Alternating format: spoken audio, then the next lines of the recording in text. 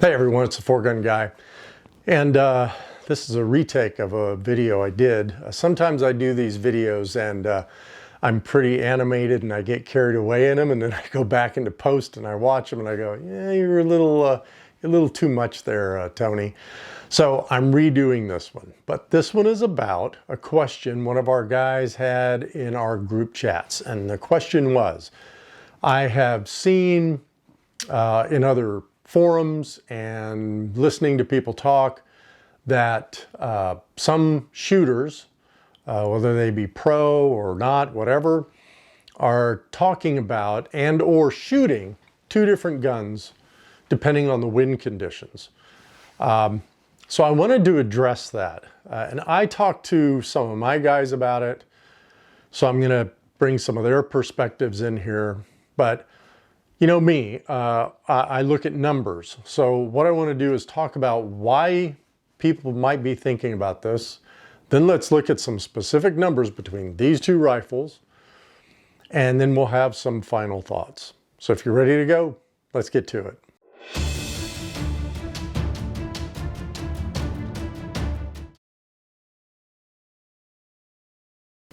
Well, I know that the main reason for the whole two rifle conversation is depending on the wind conditions, right? You might want a heavier bullet to cut through the wind, a little more than like a 6mm BRA. This is a 107 Match King that I use here. This is my 6.5 Creedmoor in the background. This uses a 140 grain ELDM. So two different bullets, two velocities, and one may be suited better for windier conditions. Now, I had a conversation with my group, and the feedback that I got was, look, if you're talking F-class, if you're talking ELR, if you're talking that type of shooting, then maybe. But for PRS, really, everyone kind of agreed that, look, you don't really need to do that because we don't shoot in that diverse of conditions, right? And let's talk about what we mean here. So let's just shrink the universe down to PRS, right? PRS, just shot a match this last weekend, did horrible, but that's another video that I'm putting together. But we went out to 1,100 yards. Yeah, 1,100 yards. And that's about as far as we'll go out in a PRS match. The matches I've shot 5 two-day matches this year. We never went out beyond 1,200 yards. So that's pretty much your limit in PRS. And you're going to be coming into, say, 400, sometimes below 400. But the sweet spot in a PRS match is generally that 500 out to 850. That's really where 90% of your shots are going to be in a PRS match. So with that being said, is there that big of a difference between trying to have two rifles for windier conditions? The other thing I'm going to talk about is the winds that I've shot in this year. I don't think we've had any winds. Well, I take that back. We had some winds that were 24 miles an hour in Colorado. It literally went from 8 miles an hour to 24 miles an hour in the middle of the stage the guy before me was shooting. So I had all my 9 mile an hour dope or 8 mile an hour dope. Middle of that stage, it jumps to 24, and now we're all sitting there going, crap, we got to redo our whole dope cart. And I did, but it wasn't fun. So yes, you can get up into the 20s for sure. Generally speaking though, around here, the matches I shoot, the matches I've shot other than that one, the wind never really gets above 20 miles an hour. So then what I want you to do is to start to think about those constraints, right? Where do you shoot? What do you shoot? If you're just going to shoot one-day matches and you're shooting your local club, is this something you even want to think about, right? If you're going to shoot two-day matches, where are you going to shoot them? And again, is this something you need to think about? So the consensus with my group was for PRS, probably doesn't make much sense. But let's look at some numbers now between these two rifles and have a little further discussion.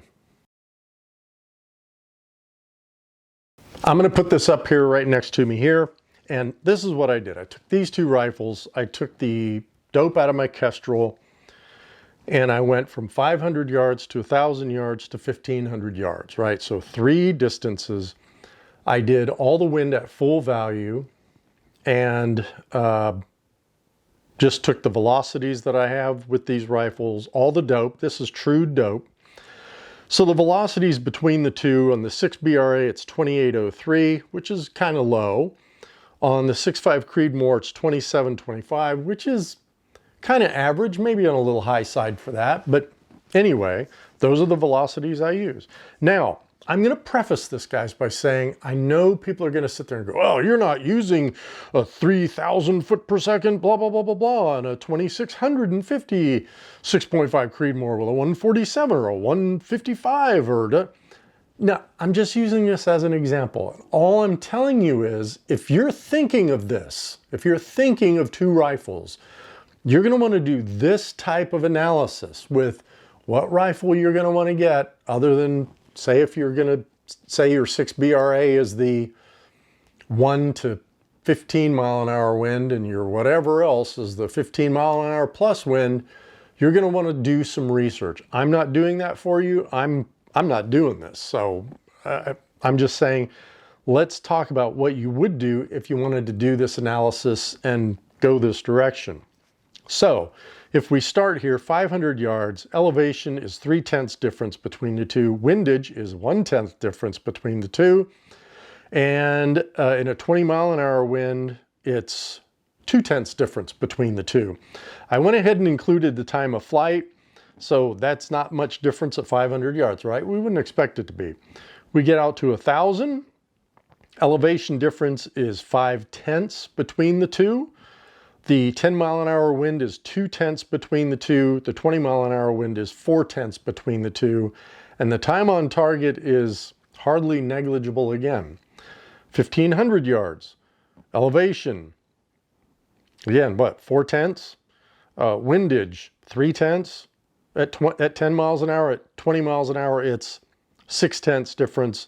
And again, the time of flight is not that different.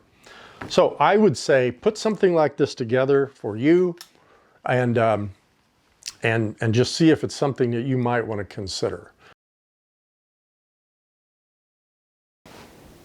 Well, look, final thoughts. Let's go over a few things. Number one, I don't think you need to worry about this for PRS shooting, right? If it's ELR, if it's F-class, if it's something like that, and that's what they do, I think that's great.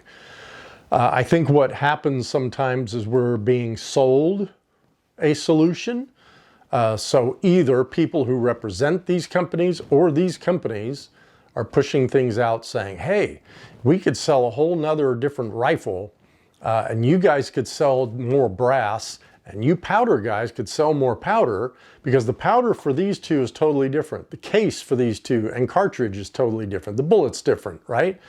So all of a sudden now you're having to buy a bunch of other stuff to do something that should be being done between this and this. These are the things that matter. So put the work into making sure that this lines up with this, and you should have no issue in 24 mile an hour winds or 5 mile an hour winds out to 1,000 yards or 1,200 yards or whatever it is. You got to put the work in to make sure these two things are synced up. That's all I really wanted to say, guys. Honestly, it's and I know some people are going to go, yeah, but Tony, you push this stuff. You know, you tell us this scope is great, and this. You're absolutely right. I do, because this scope is a great scope, right? The Zeiss LRPS5 I just reviewed, fantastic scope. These are going to help put you on target. This is going to help put you on target. I love the Kestrel. I use geoballistics too, but I love this Kestrel. And I'm doing a whole video on geoballistics and this Kestrel about what happened this weekend up at the range. But all I'm saying is those are things that'll put you on target. This Botnia Max that I just put on this rifle. I'm releasing a video on that soon. That puts you on target. That holds you on target. That is something I do push. I do say buy it. That or other muzzle brakes. Those things are going to help you. Well, look, thanks for watching, everyone. I really appreciate it. All the comments, the subs, the likes. It's all great. And until next time, shoot straight.